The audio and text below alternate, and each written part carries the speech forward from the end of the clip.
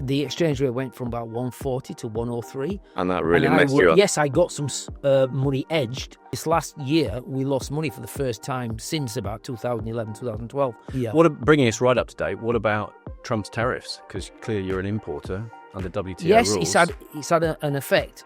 Not a direct effect, an indirect effect.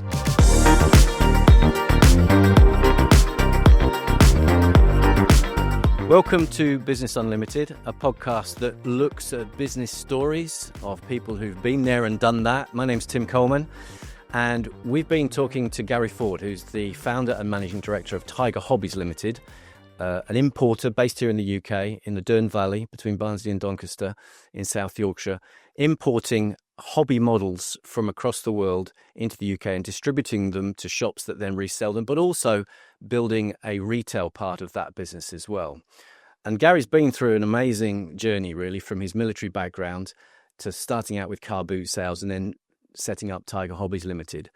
And as we've listened to some of those stories, he's brought us up to date to the point where he realized that he needed, at the scale he was at, around about 2 million annual turnover, to really push hard on profit. And this is the age-old business principle. Revenue is vanity, profit is sanity, cash is king or queen. And cash flow is so important. There's lots of business turning over high revenue, but they're not necessarily making profit. And Gary realized that if he was going to make more profit, he needed to get out and become the brand ambassador and grow that B2C side of it, which is more margin on the hobby side of things. And so it was about overcoming his fears and getting in front of a camera, getting into a studio, growing a social media presence, growing a YouTube channel. And I would really encourage you to listen to his story because, as he would say, if he can do it, anybody can do it. And you're based in the Dearne Valley. Yes, we are, yeah. Goldthorpe, which means you're fairly central in the country. It is, and it's handy for if we're doing events. You've not got too far to travel, even to the furthest event. Now, let's make a distinction, first of all, between the adult hobbyist trade, as it were, and models for kids. I mean, I grew up with Airfix as a kid, and that's how most children perhaps want to get going with kits, plastic or die-cast. But are you focused mainly on the adult trade, as it were, people who collect and... Yes, I would say that. I would say probably 75 to 80% is the adult side, but we still retain... obviously what you call lower price point items, good value items that are really aimed at the younger entry into the hobbyist market. So you can buy a plastic model kit from me that retails at £1,500, or you can buy one for $9.99 that's got paints, glues, brushes, the little tools inside there, sandpaper, just to literally standalone to introduce yourself to the hobby. You don't have to spend a huge amount. And die-cast the same. We've got die-cast models at £200 and £300, or we've got a nice die-cast model, say for like $5.99 or $6.99. So there's a massive range. Yeah. And we're talking right through military history, or are we talking mainly sort of 20th century stuff? For obviously a lot of it's machinery. So it's mainly 20th century and 21st century. And we do bring the stuff right up to date. So we are very much specialist in what we call modern combat jets. So every modern combat jet you can think about from virtually every country, we do a die-cast model, including right up to the latest F-22 Raptors, drones even, Reapers and things like that. Plus most of the what you call classic jets that you see on TV, F-16s, F-15s, Eurofighter Typhoon and stuff like that. We also do things like toy soldiers. So with that goes back, with Romans, Vikings, Egyptians. So we cover a good range of military history. Yeah. And when a lot of people think of the hobby trade, they'll think of names like Hornby, they'll think of names like Airfix. But it's not so much the railway side of it and the trains. It is probably more the military side of it. Or do you dabble in the trains as well? We do. We bring our own electric trains in from Japan, and they're in what we call HO scale, or 187. And because I'm not really a big model railway person, I know a little bit about it, but that's all as far as I can say. So when I first brought these model trains in from Japan, I'm thinking, well, they're the wrong scale. But I didn't realise that virtually every British model railway in the classic HO00 scale that most people know about are inaccurate, because the running gear is 187 and their bodies are larger 176. Scale works, we are 1-1, i.e. based on a 6-foot person, and if something's 1-300, it means it's 300 times smaller than the real thing. So these trains, even though they on the face of the wrong scale, they're actually happily run on British model railway tracks. And obviously what you import, you're selling to the trade, to shops, but you also retail as well. We do, and again, I would say the split has got to be, currently at the moment, 80-20. Yeah, 80 for B2B, 20 to B2C. I'd like to increase B2C, and we are currently doing things to make Tiger Hobbies more visible, because basically for 20 years, since I've been running Tiger Hobbies, since kind of 2006, and before that a little bit as Gary's models, we've been hiding, but now we're not going to hide. And you're going to see us more things like this, and obviously our own YouTube channel, plus sponsoring things like Barnsley Football Club, Frithly Athletic Football Club. So we're trying to just get his name out there a little bit. And we'll come on to that, because you've definitely moved forward a lot in the last couple of years. But I want to take you back. You mentioned 2006, did you say? Tiger Hobbies was formed as a limited company in 2006. Prior to that, from the mid to late 90s, it was Gary's models, while I was still serving in the Royal Air Force, but very much on a part-time basis, because the last 10 years of my time in the Royal Air Force, I was never at home. I was overseas, basically. And are we talking about literally out of the back of a vehicle, going to some shows and... Car boots, bric-a-bracs, air shows, So where did that enthusiasm and that passion for this trade? Because it's quite a specific niche. There can't be that many of you here in the UK importing it, and with the knowledge that you've got as well. You've got a military background yourself. So is that really where it stems from? Probably before that. Like a lot of people my age, I'm now 65. As a young boy, 9 or 10 years old, we were so excited to see the film Battle of Britain, which is shown sometimes on a Sunday afternoon, or you can get it virtually on every streaming platform now. Prior to that, all war films were kind of black and white and, grainy. But suddenly, in massive Technicolor, we got a screen full of Spitfires and Hurricanes and Messerschmitts and Einkels. Technically there were Pedros and Bouchons, but they certainly to a kid looked like Messerschmitts and Einkels. With all the top stars of the day, Michael Caine and such like. And suddenly, die-cast models of these things were being sold by companies like Dinky and Corgi. And obviously, Airfix was just throwing out millions of model Spitfires. So this is where I think it didn't. That's where it definitely came from. I remember going to a shop and being bought some toy soldiers, and I think the only ones on the shelf were United States Marines and Japanese infantry. So the films really started to bring it all alive, really? Yeah, as most people do. And obviously the kits and the die-cast models. Tell us a little bit about your military background. Well, that's an interesting one. I left school in 1976. Literally, I left school on Friday and joined the Air Force on Wednesday at 16. But I wasn't very good. Didn't realise at the time I struggled at school because I think I suffer a form of dyslexia. Not heavy, but it was there, and I was struggling with it. And it didn't really get picked up till sometime after I joined the RAF. But I joined the Air Force in the mid-1970s, so 1976, that hot summer of 1976, 16 years old. We were basically the sick man of Europe at the time, with not a lot of money. Big Air Force, but not a lot of money. As a result, my uniform has got 1953 stamped on the back, some airy uniform. And I wasn't going to get a job as a pilot or an engineer. And I struggled to get a job as within the world of logistics. I got a supply job, which at the time needed no qualifications. Now, modern-day suppliers joining the Royal Air Force need some qualifications and are very, very qualified young men and women. At the time, we were literally given no training. I had 6 weeks basic training, which was pathetic, really. 30 rounds down the rifle range, airy uniform, marching up down the square.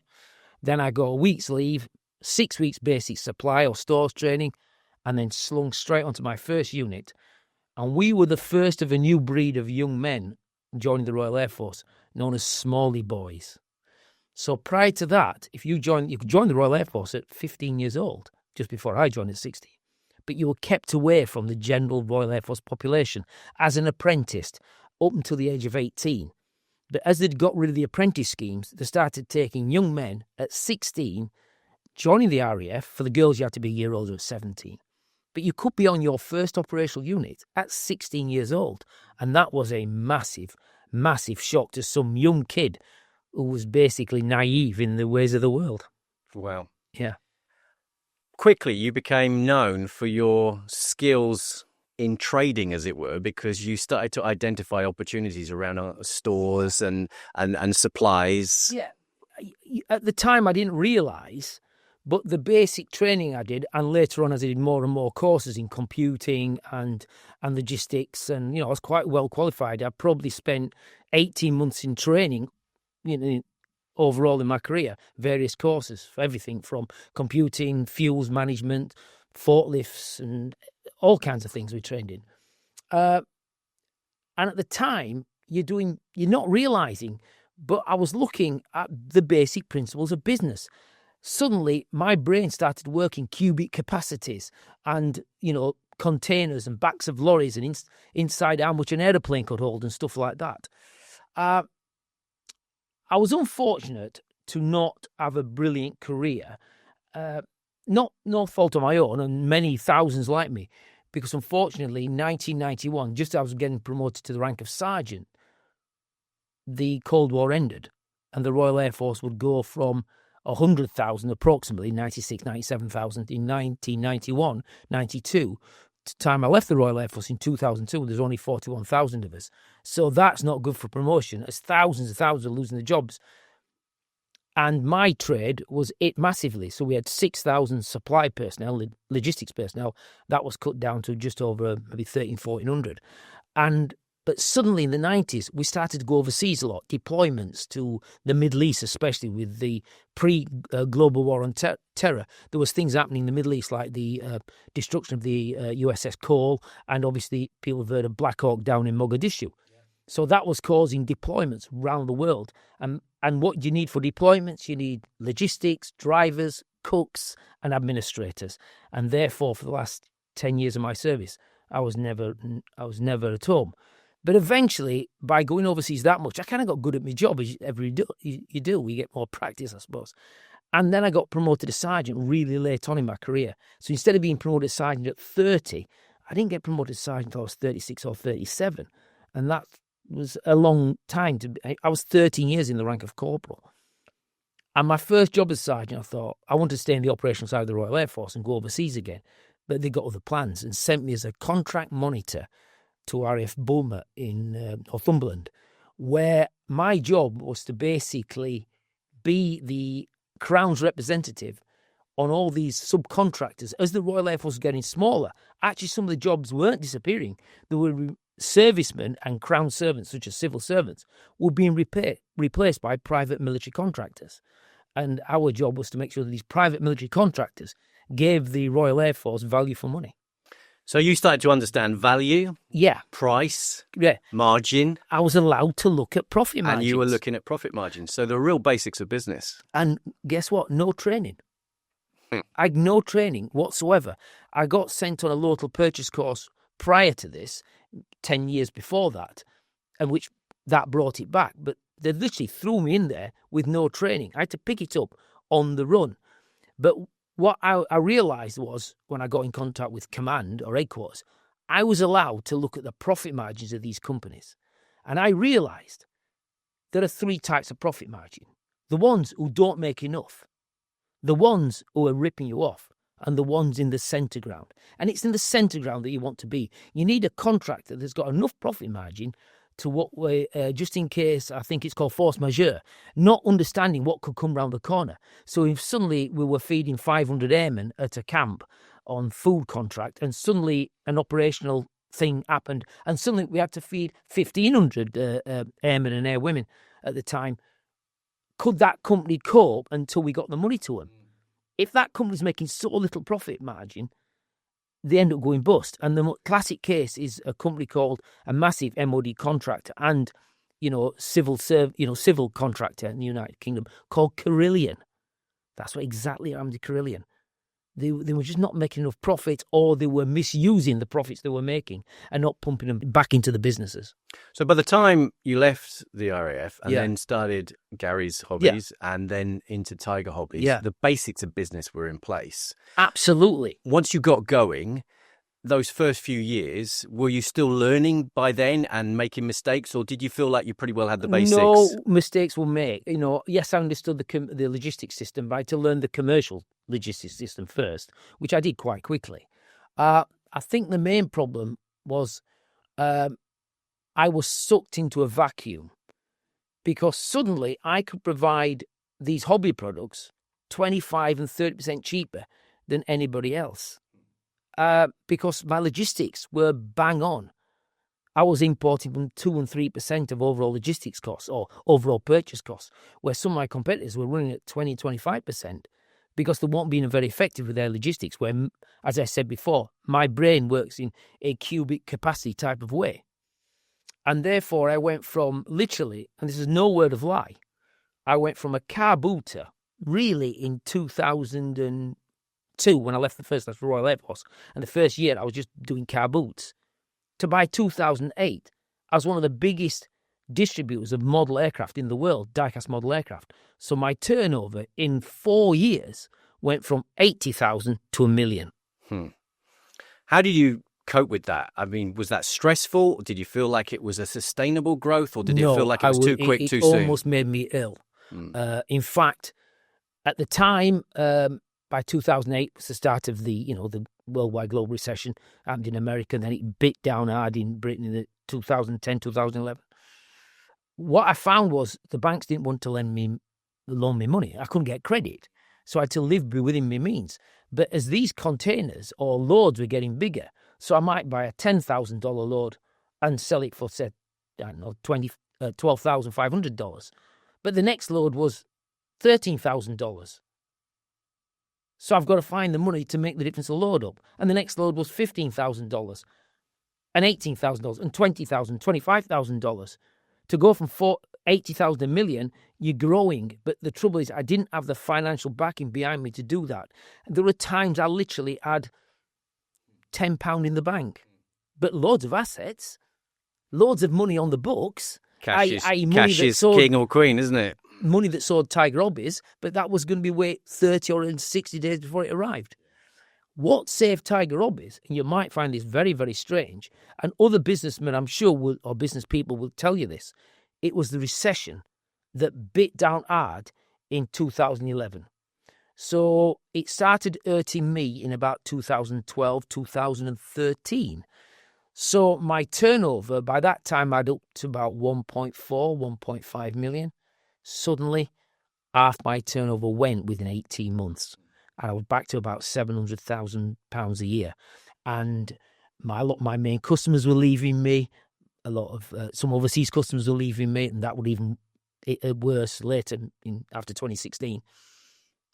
But I suddenly found that operating smaller, I suddenly found I was doing $30,000 loads, and I was turning $30,000 saying to $37,000, and the next load was $30,000. So a bit more sustainable. So the $7,000 remained in the bank to pay wages and rent and rates and all the other expenses of paying a business, and that ran for almost 3 years. Less stress. More sustainable. So size is really interesting, isn't it? Because sometimes smaller is more beautiful. Yeah. As you can then grow sustainably. Businesses that grow too quickly can topple over, can't they? Yeah. If I'd had more financial help at the time, I could have been a lot bigger now than I am. Sorry, a lot bigger now than I am currently.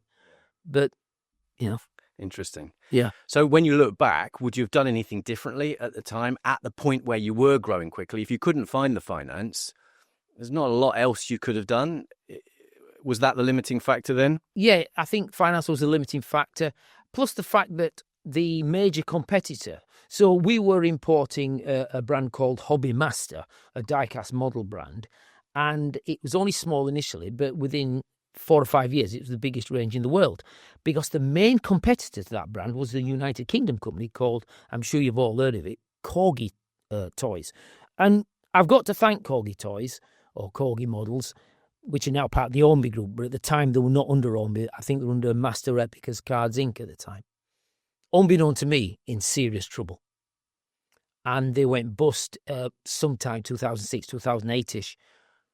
This is why we got sucked into this vacuum, because for 2 years they didn't really produce a model, and suddenly all these people who wouldn't normally talk to me because they only want Corgi and not my little Hobby Master brand. Suddenly, we just got sucked into a vacuum.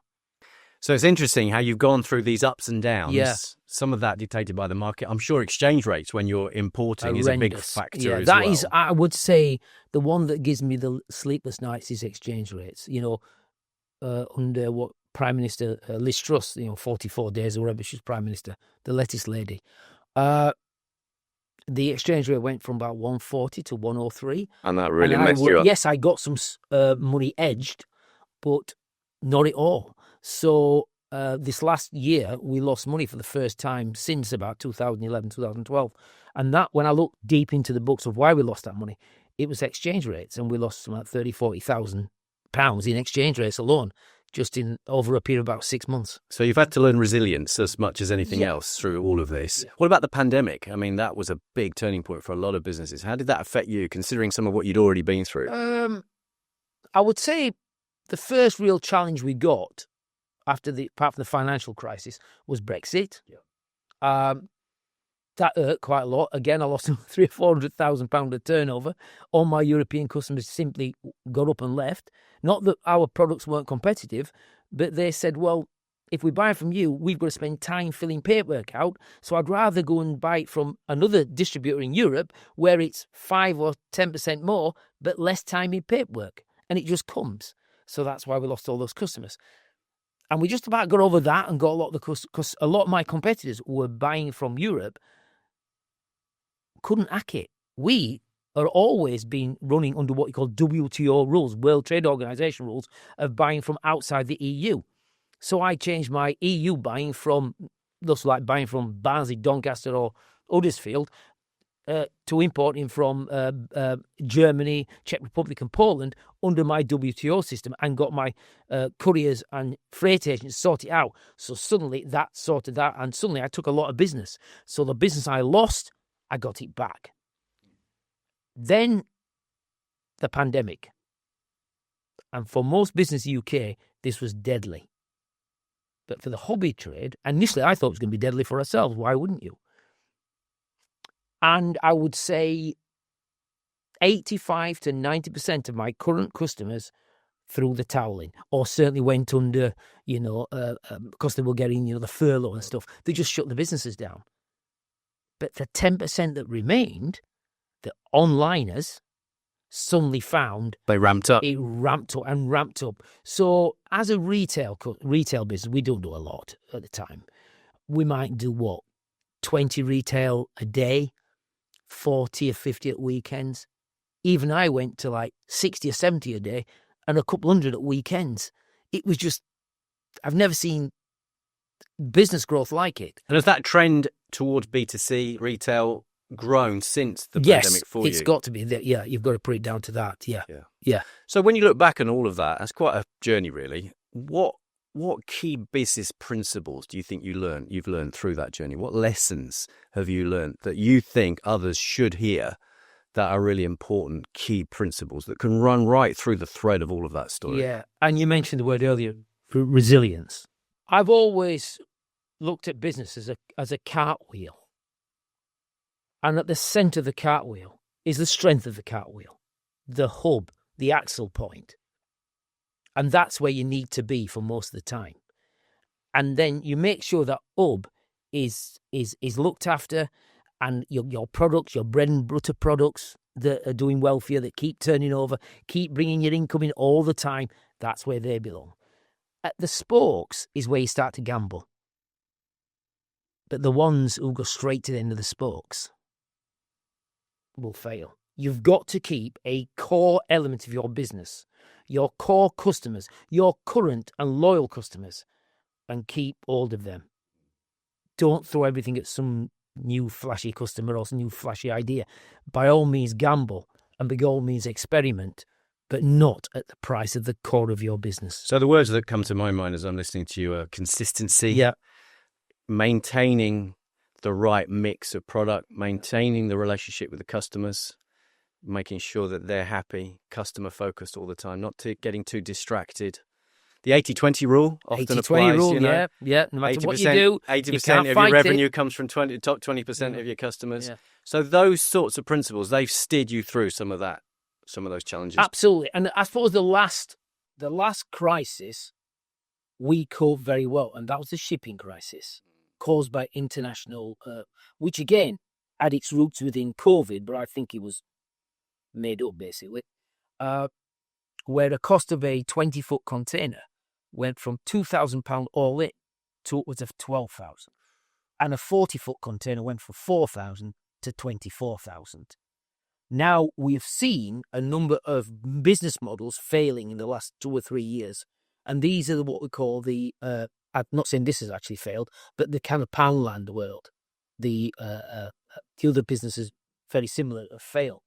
And what's happening was if you've got a £2,000 container all in, you can fill that to the brim of items you bought for 30p, spent 15p shipping them over, and you're selling for £1.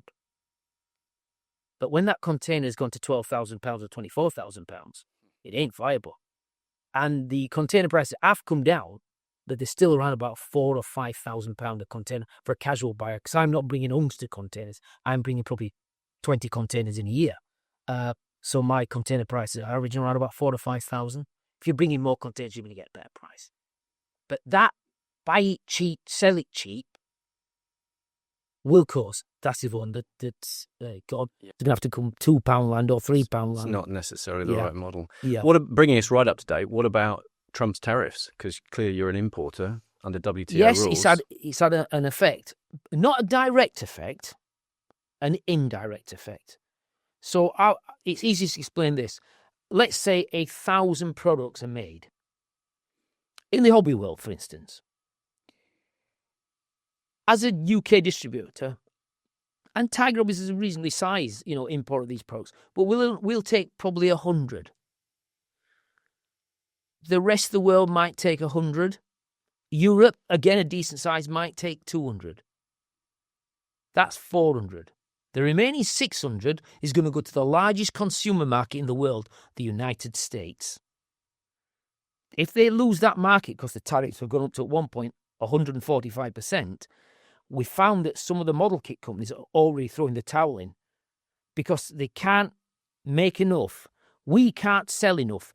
UK, Europe, and the rest of the world cannot make enough. We're hanging off the tailcoats of the United States.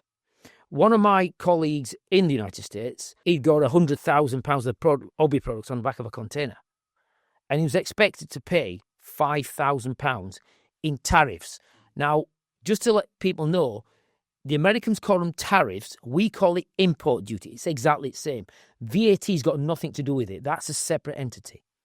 Now, in the United Kingdom, because we import under, I think it's 9503 003500, and this is the key, understand the tariff codes. They're online, go and learn them.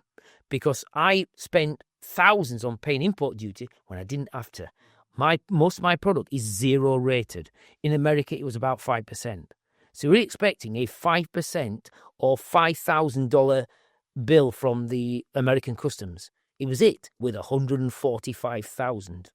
He had to send the container back and pray that Trump changed his mind. Luckily, he did, but he still had to pay something like 35,000 to get it back into the country. Listening to you, Gary, there is an element of luck in all of this because there's so many forces around us that we can't control. Yeah. If the world is not going to become any less volatile, yeah, it's only going to become more volatile. What's the vision, what's the future look like for Tiger Hobbies? And you put a lot of effort in the last year, 18 months, particularly into raising your profile and raising the brand of Gary Ford with all of your military knowledge to talk about the history and VE to VJ Day, all of that.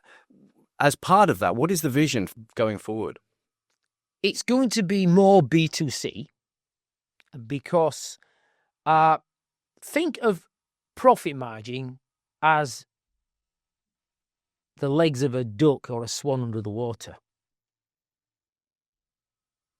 More rough water, you see, that means the legs are going like mad, and therefore there's not a lot of margin between the deep water and the rough water at the top.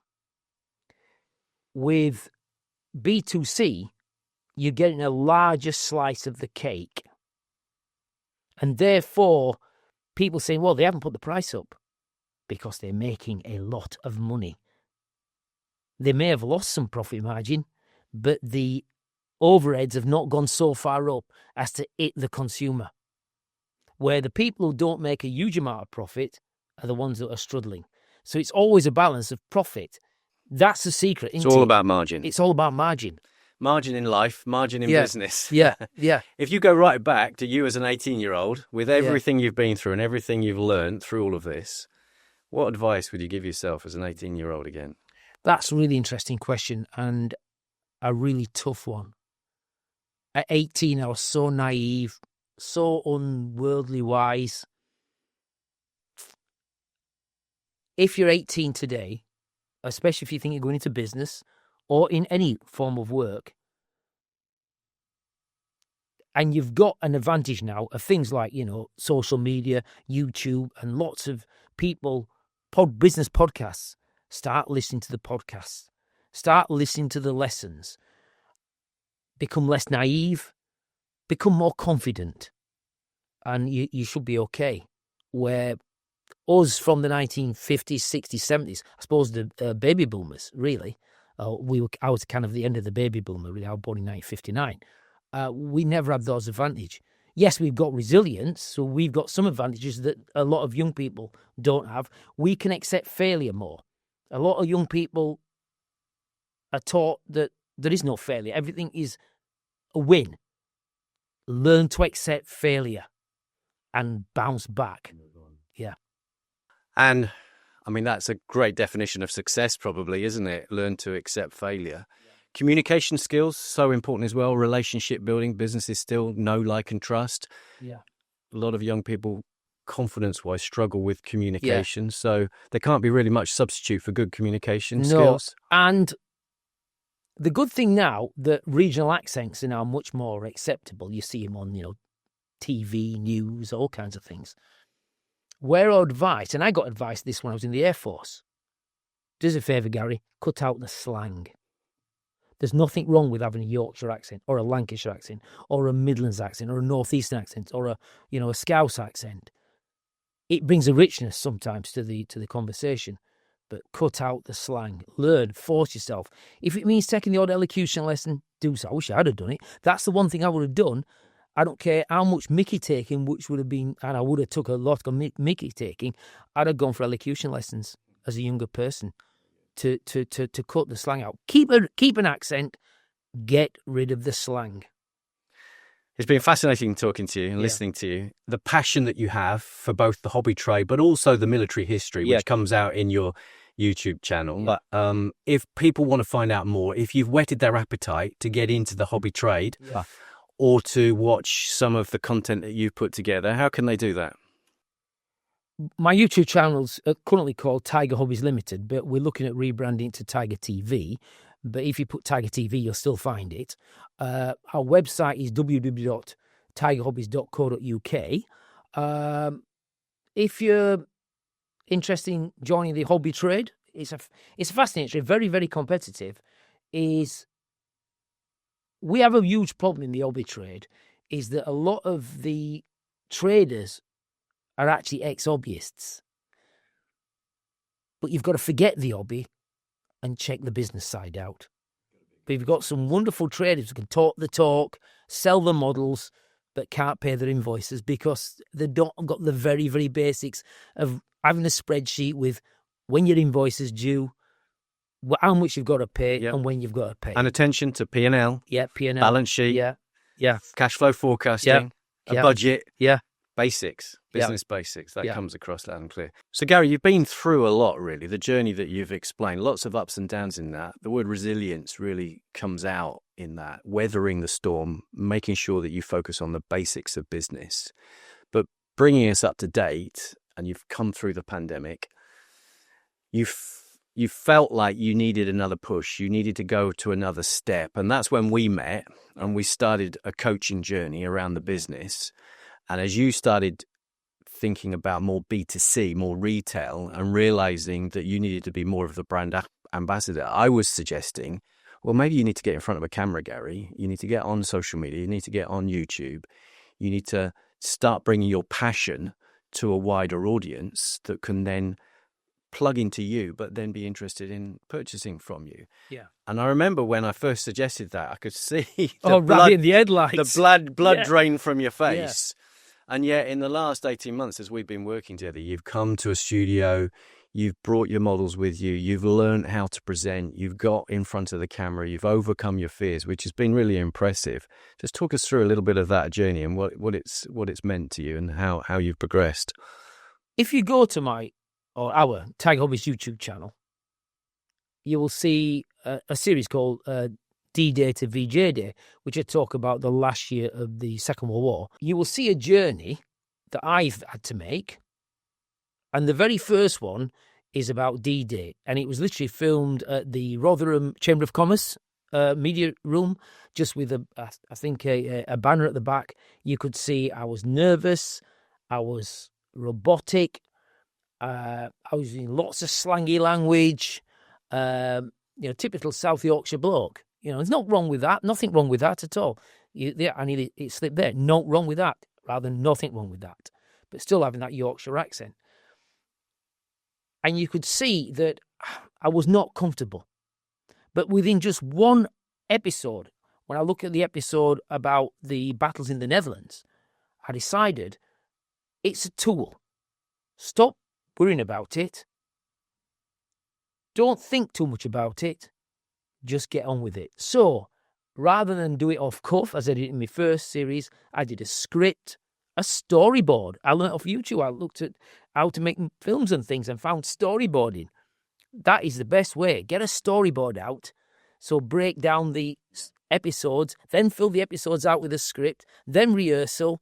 There's nothing wrong with rehearsals. Lots of planning. And obviously we were working together, and I was saying to you, look, a singer, a professional singer wouldn't do without a singing coach. Correct, yeah. So you need a presentation coach. And I had a career in broadcasting, and it was about smiling and opening your mouth and slowing down. Yeah. Lots of tips and tricks to become a better presenter and grow in confidence. You've talked about young people growing in confidence. Yeah.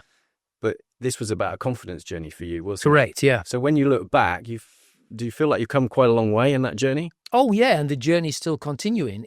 I'm looking at doing some very basic acting lessons. Nothing to do with turning me into the next Sir Laurence Olivier, but just helping me get the message across better, using my hands, because we talk with our hands, and there's a balance of waving your arms around, but using a nice, gentle expression with your hands, rather than having the first video I did, my hands were down by my side, almost stood to attention, thinking I was back in the military. So this is as much about you becoming the brand ambassador for Tiger Hobbies. Yeah. And if you can do it, as it were, so can anybody else. And we've pushed it to net with the football sponsorship, Barnsley Football Club and Frickley Athletic. And that was uncomfortable, me, having to have a quick talk at the football match, stand on the pitch, lead my crowd on the table and stuff. Difficult. So the principle there is experience the discomfort but push through. Correct. Feel the fear. Yeah. Do it anyway when it's right. Yeah. Fantastic. Gary, thank you so much for your time. Fascinating to talk to you. It's been a pleasure. Thank you.